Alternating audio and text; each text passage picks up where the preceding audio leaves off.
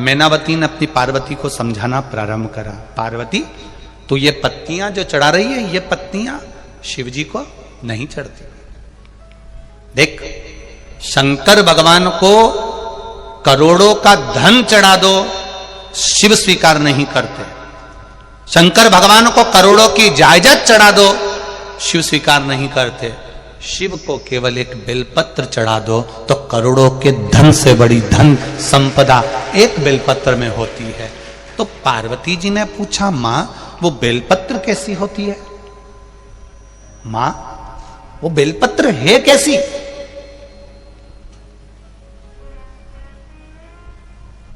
अब किसी ने एक प्रश्न किया, गुरुजी पार्वती जी के नयन अश्रु से बेलपत्र बनी है। तो ये तो तुमने पार्वती जी के जन्म के बाद की कथा सुनी है, पर बेलपत्री का जो जन्म है, बेलपत्र का जो प्रागट्य है, ये पार्वती मैया से पहले जो माता उमा हो गई, जिनका विवाह भगवान महेश के साथ में हुआ, वो माता उमा के समय की ये बेलपत्र है। अब सोचो 50 जन्म पहले माता पार्वती के, 50 जन्म पहले माता उमा का जन्म हो चुका था, इतने जन्म पहले की ये बेलपत्र है।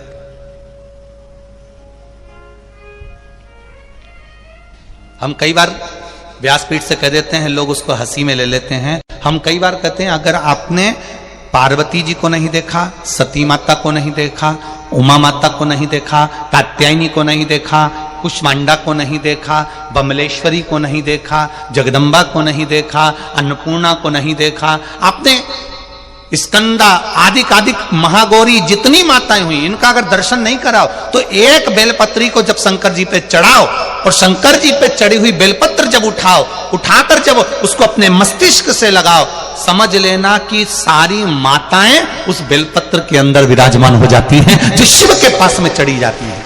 एक बेलपत्री में 64 योगनियां विराजमान है, एक बेलपत्री में 33 कोटि देवता विराजमान है, एक बेलपत्री में अष्ट भैरव विराजमान है, एक बेलपत्री में अष्ट विनायक विराजमान है, एक बेलपत्री में अष्ट लक्ष्मी विराजमान है, एक बेलपत्री में 33 कोटि देवताओं का आनंद विराजमान है। वो बेलपत्र कोई साधारण नहीं होता। पार्वती तू शिव जी को एक बेलपत्र चढ़ा, ये माता मैनावती अपनी पार्वती को कह रही है। कहां कह रही है? पूजन वाली जगह से बाहर ले जाकर। अब जरा समझ लीजिए, छत्तीसगढ़ के और जितने लोग आस्था चैनल पर कथा सुन रहे हैं, जितने लोग फेसबुक यूट्यूब पर सुन रहे हैं और जितने लोग यहां बैठकर कथा सुन रहे हैं, मैनावती में और हम में अंतर है। हम व्यक्ति को टोकते कहां पर हैं? भगवान की जब वो पूजन कर रहा होता है तब। मैनावती ने वहां नहीं टोका, पार्वती को वहां नहीं बोला। मैनावती ने देख लिया कि पूजन कैसी कर रही है, पत्ती कैसी चढ़ा रही है, क्या कर रही है, तब पार्वती मैया का हाथ पकड़कर बाहर लेकर गई शंकर के मंदिर से, शिवालय से बाहर ले जाकर मैनावती ने कहा कि पार्वती, शिव जी को अगर तू बेलपत्र चढ़ाएगी तो शंकर भगवान स्वीकार करेंगे। ऐसे तुझे बेलपत्र चढ़ाना है, ऐसे तुझे जल चढ़ाना है। ये शिव जी के सामने मैनावती ने नहीं कहा, शिव जी के पास से जाकर कहा। क्यों? अगर मैनावती कहती है मैं शंकर जी के सामने बैठकर तुझे अगर ज्ञान दूंगी तो वो ज्ञान श्रेष्ठ नहीं होगा। भगवान को लगेगा कि मैनावती को इतना अहंकार आ गया, इस वहां ज्ञान नहीं दे सकती, मैं तो भोलेनाथ जी के चरणों की दासी हूं, बाहर जाकर समझाऊंगी। और हम उल्टे हैं।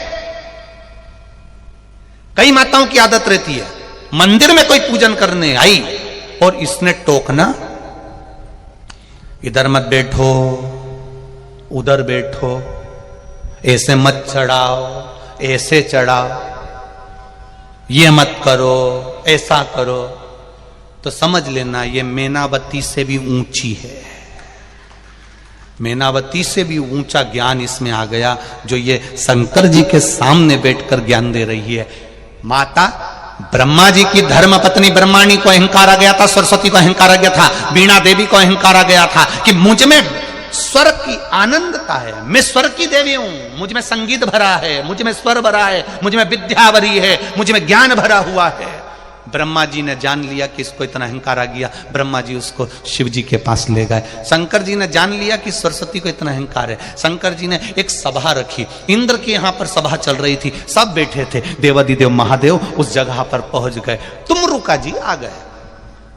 शंकर भगवान के भक्त तुमरुका जी, जिनके हाथ में वीणा है, करताल है, मुख घोड़े का लगा है, मुख घोड़े का लगा है।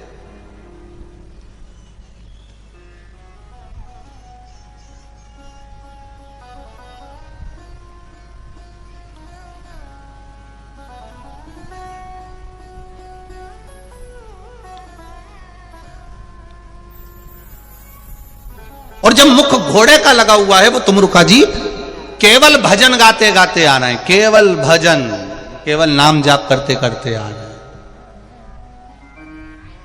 अब इंद्रदेव ने सरस्वती माता से कहा, मां आप भी वीणा उठा लो। देव ऋषि नारद से कहा, आप भी वीणा उठाओ।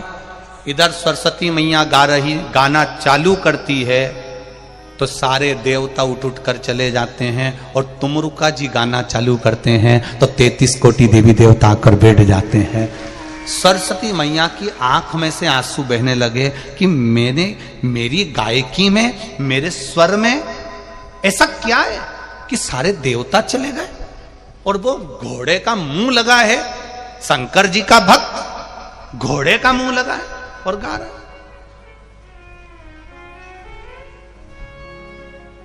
कितना भाव। एक जगह पे मीराबाई गा रही थी, मीराबाई भजन गा रही थी, तो वहां पर तानसेन निकल कर जा रहे थे, स्वर के सम्राट। तानसेन ने सुना मीराबाई गा रही है तो तानसेन को बड़ा दुख हुआ। तानसेन ने कोयला उठाया, उठा के दीवाल पे रख दिया, कृपया राग में गाएं, क्योंकि मीराबाई राग नहीं जानती थी, मीराबाई तो प्रेम से गा रही थी। तानसेन ने दीवाल के ऊपर लिख दिया, कृपया राग में गाएं। मीराबाई भजन गाकर उठी, जो देखा तो दीवाल पर लिखा था कृपया राग में गाएं। तो मीराबाई ने पूछा, ये किसने लिख दिया? तब लोगों ने कहा, तानसेन निकल कर गए थे, स्वर के सम्राट, जिनकी आवाज सुनने के लिए तो अकबर भी आनंद करता है, जिसको सुनने के लिए सब बैठे रहते हैं, बड़ी बड़ी सभाएं होती हैं, वो तानसेन ने लिखा है, मीराबाई तुम्हारे लिए लिखा है, कृपया राग में गाएं। मीराबाई ने कोयला उठाया, जहां लिखा था राग, उसके आगे लिख दिया अनु। क्या लिखा? जम के बोलो जरा, अनु। अब क्या हो गया वो? अनुराग। अब उसका पूरा पढ़ो, कृपया, बोलो बोलो बोलो, अनुराग में गाएं। तानसेन वहां से निकलकर फिर गया तो उसने देखा कि यहां पर मैंने लिखा था कृपया राग में गाएं, तो ये अनु किसने लिख दिया? तो क्या मीराबाई ने लिखा है। तानसेन मीरा के पास गए, मीरा मैंने तुझे राग गाने के लिए बोला और तूने अनु लिख दिया। मीराबाई कहती है, तानसेन तुम गाते हो अकबर को प्रसन्न करने के लिए, राजा को प्रसन्न करने के लिए, मीरा गाती है गिरधर को प्रसन्न करने के लिए। राजा राग देखता है और भगवान, बोलो रे छत्तीसगढ़ वालों, अनुराग देखता है। भगवान कभी राग नहीं देखेगा, भगवान अनुराग देखेगा। भगवान को नहीं चाहिए तुम्हारी राग वाग, रख लो तुम्हारे पास। पार्वती की माता, पार्वती जी की माता जी मैनावती ने पार्वती जी का हाथ पकड़ा। 5 वर्ष की माता पार्वती जी और बाहर ले जाकर कहती हैं कि शिव जी को अगर तुम्हें चढ़ाना तो बेलपत्र चढ़ाना, भगवान शंकर का श्रृंगार ऐसे करना, भगवान शिव को तुम ऐसे सजा देना, भगवान शंकर को ऐसे जल चढ़ा देना, भगवान शंकर को ऐसे दूध चढ़ा देना, भगवान शंकर को ऐसे धतूरा चढ़ा देना। ये माता मैनावती अपनी पुत्री पार्वती जी को समझा रही, अपनी पार्वती को कह रही, शिव जी के सामने नहीं कहा, भगवान शंकर के सामने नहीं कहा।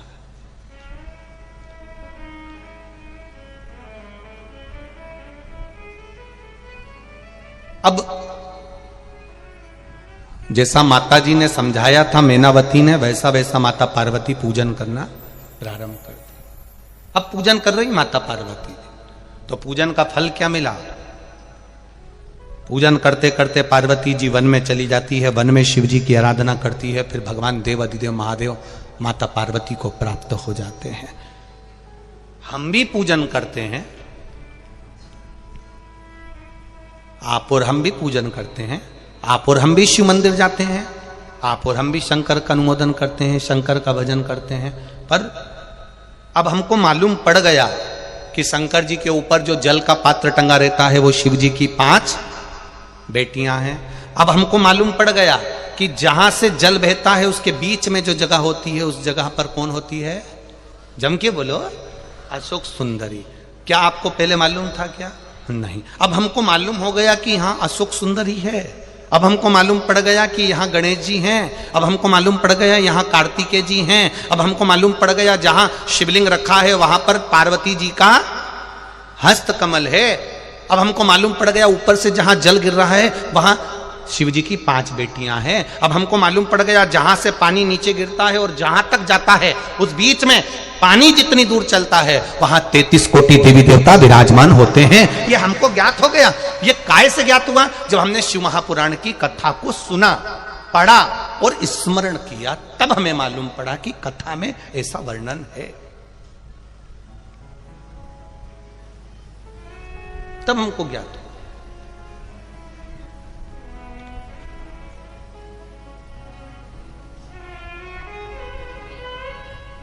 जब तक हमें ज्ञात नहीं होता तब तक हम जानते नहीं।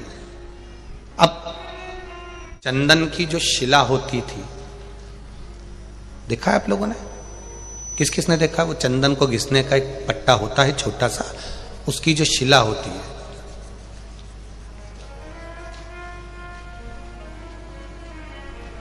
चंदन घिसने की जो शिला पट होता है, अगर वो शिला नहीं भी हो तो एक छोटा सा पत्थर, छोटा सा पत्थर।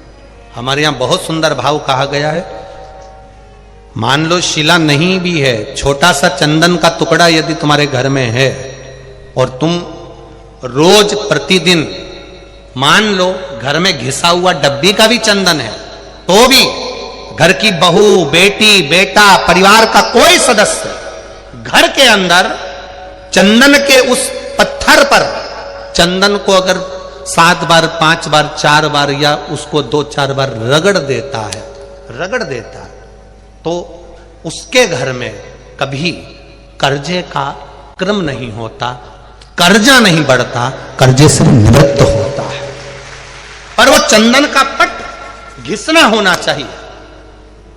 जिसके यहां पर केवल रखा रहता है, केवल रखा है, तो किसी ना किसी कारण पर से गाड़ी ले ली, उसका कर्जा हो गया, मकान बना लिया, उसका कर्जा हो गया, ये हो गया उसका। उस चंदन के पट पर पानी डलना जरूरी है, भले 2 बूंद डले और एक बार ही उसमें रगड़ा लगे, तो वो कर्जे को मुक्त करता, वो कर्जे को समाप्त करता। और उस पे लगा हुआ चंदन का थोड़ा सा भाग घर में अगर शिवालय हो, घर में शंकर जी का शिवलिंग हो, उस पे लगा दो। और अगर नहीं हो तो उसी चंदन को जब आप किसी कलश में जल लेकर जाओ, उसी कलश पर लगाकर चंदन को लेकर जाओ और शिव जी को समर्पित कर कर आओ। चंदन लगने से ही कर्जे की मुक्ति होती है, कर्जा समाप्त होता है, वो कर्जा रहता नहीं। अब चंदन की जो शिला होती है, चंदन की जो शिला थी, अंबा ने उस चंदन की शिला को घिसना प्रारंभ करा। इतना घिसती रही, इतना घिसती रही, इतना घिसती रही, शिव जी के पास में चंदन घिसती, शिव जी का लेपन करती, चंदन घिसती, लेपन करती, चंदन घिसती, लेपन करती, चंदन घिस घिस के लेपन करती रही। और इतनी देर में देवाधिदेव महादेव प्रसन्न हो गए, उसके हाथ में छाले पड़ गए, पानी टपकने लगा, शरीर थक गया। चंदन घिसना बंद नहीं करती अंबा और शिव जी का भजन करती है, आंख से आंसू गिरता है, शिव प्रकट हो जाते हैं। अंबा मांग तुझे क्या चाहिए? अंबा कहती है, भीष्म पितामह ने मेरी जिंदगी बर्बाद करी है, मैं उसको मारना चाहती हूं। शिव कहते हैं, तू मेरा भजन करती है अंबा, पर मैं सत्य कहूं, इस स्वरूप में तू भीष्म पितामह को नहीं मार पाएगी, तुझे अगला जन्म लेना पड़ेगा, तब भीष्म पितामह मर सकते हैं। अंबा कहती है, मेरे महादेव, मैं भीष्म पितामह को अगला जन्म लेना चाहती हूं, पर शिव है अंबा, भीष्म पितामह गंगा का पुत्र है और तू मेरी भक्त है। शिव शंकर का जो द्रोही होता है, शंकर के भक्त का कोई दुश्मन होता है। हम कई बार कहते हैं, कोई शिव मंदिर जाता है ना, उसको कभी मत परेशान करो साहब। कोई शिवगुण गाता है ना, उसको कभी परेशान मत करो।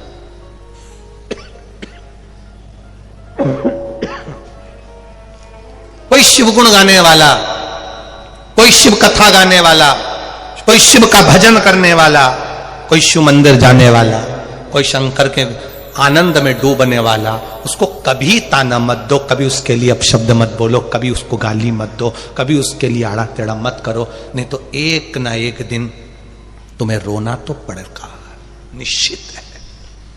शिव जी ने कहा, अंबा तू मेरी भक्त है, तू मेरी पूजन करती है, मेरा भक्त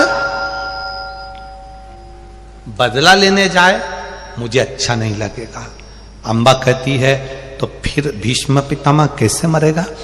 भगवान ने कहा तुझे बदला लेने की जरूरत नहीं पड़ेगी, तू तो केवल सामने जाकर खड़ी हो जाएगी और भीष्म पितामह मर जाएगा। ये शिव है, अपने भक्त को कभी नहीं कहता कि तू बदला लेना। अगर शिव भक्त को किसी ने गाली दी है तो शिव भक्त से निवेदन है पलट कर जवाब मत देना, तू गाली मत देना। कोई ने तुझे अपशब्द कहा है, तू अपशब्द मत कहना। किसी ने तुझे ताना दिया है, तू ताना मत देना। किसी ने तुझे गालियां दी है, तू पलट कर गाली मत देना। महादेव ने उसकी व्यवस्था कर दी।